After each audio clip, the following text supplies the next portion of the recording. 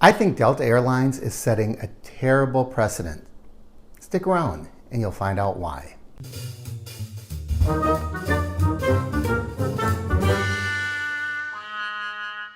Hi, Mark here with the Average Me channel.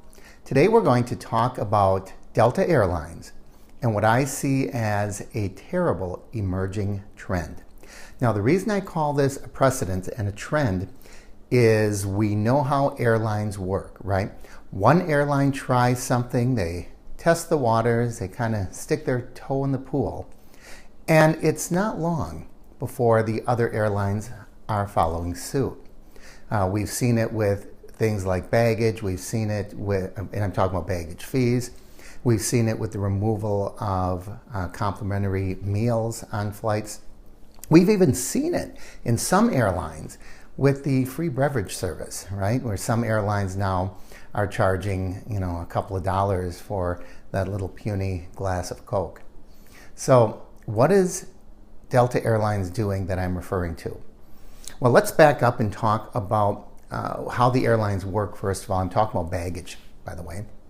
And what happens is the airlines charge for bags. In Delta's case, they typically charge $25 for the first checked bag, $35 for the second checked bag. And carry-ons, they allow, as all airlines or most, 2 carry-on items.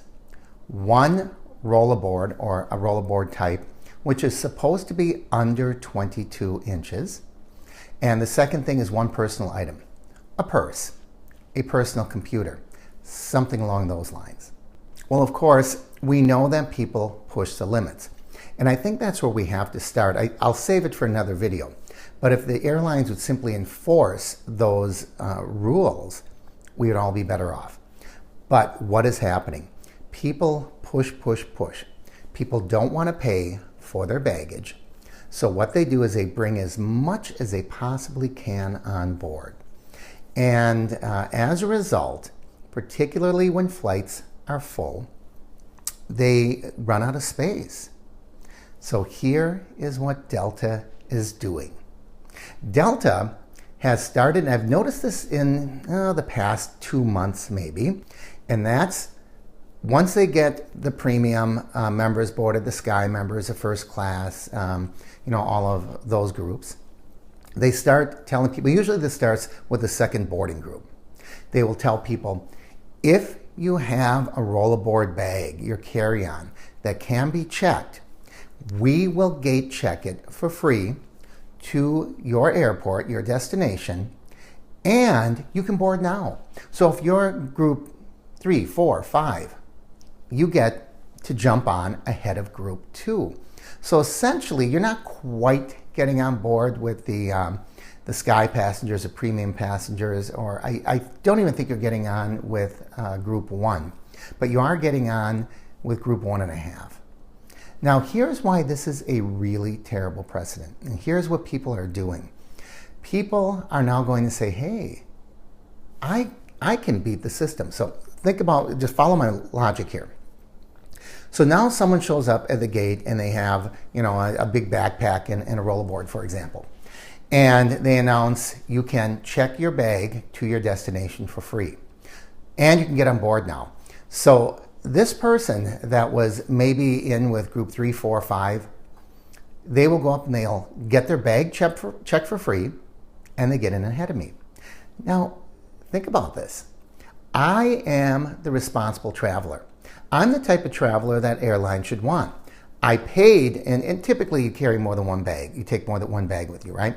So essentially that second bag, which would have been my carry-on, what do? I pay $35 at the desk in order to check that bag.